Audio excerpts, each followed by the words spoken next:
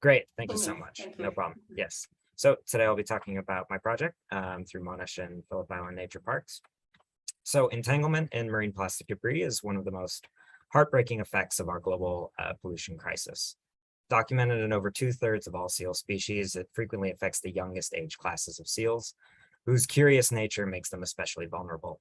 Many of these young seals will drown at sea, but some may survive and still experience horrific injuries.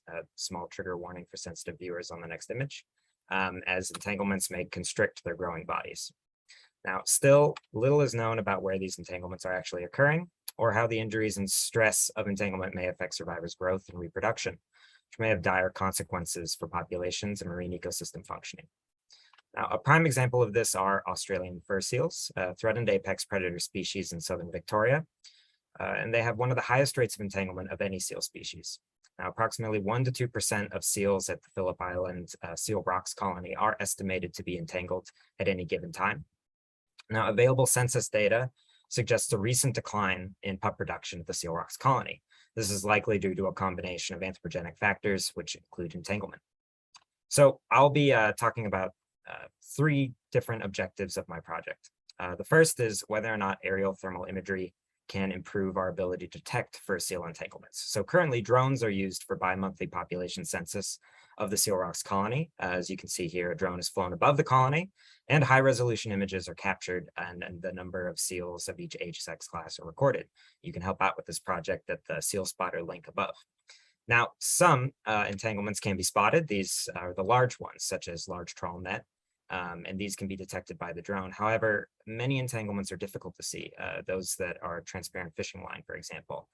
I theorize that capturing thermal drone imagery of seals will help improve our detection, and I'll show you why. So here is a standard color drone image of a beach. There are seals in this photo, but they're a little difficult to see. Now, if we overlay that with thermal imagery, the hot seals on the cold rocks just pop right out. Now, as you can see here with the seal, an Australian fur seal experiencing alopecia, we can also detect wounds and areas of fur disruption also through thermal imagery. So I believe that through this same process, we'll be able to get an idea of the entanglements in our images, and we'll be better able to detect the true process of entanglement and the prevalence of it in the population. Now, the second aim of this project is to understand the impact of entanglement on fur seal body condition, overall health, and foraging behavior. So first, I will capture and compare entangled and non-entangled fur seals to determine the effect of entanglement on their body condition, and we'll remove entanglements and record their severity. Then we'll take blood samples to compare the health and stress and determine the long-term health effects of entanglement by looking at hormone assays and markers of health that will determine the ability of the seals to maybe interact with normal stressors in their environment, potentially leading to long-term consequences for survival and fitness. Finally, we'll use flipper tags, a standard marking technique, to monitor their survival and breeding status over several years. I'll also attach to these seals biologgers and GPS trackers. By tracking their foraging behavior and subsequent energetic demands over time, we can determine the effects of entanglement on their energy requirements, recovery, and life outcomes post-entanglement release. So the third aim of the project then is to understand through satellite tracking where fur seals overlap with fishing activities and debris accumulation and risk becoming entangled in marine debris. This can be done by overlaying sealed GPS tracks, as you see here, with maps of fisheries, as you can see here as well in Victoria, and then maps of plastic concentration, which can be made through particle flow modeling.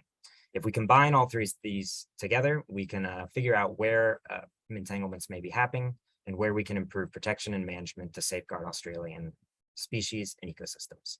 So I just want to thank Monash University and Phillip Island Nature Parks, and of course the Australian Wildlife Society for helping fund this project and inviting me to speak here today.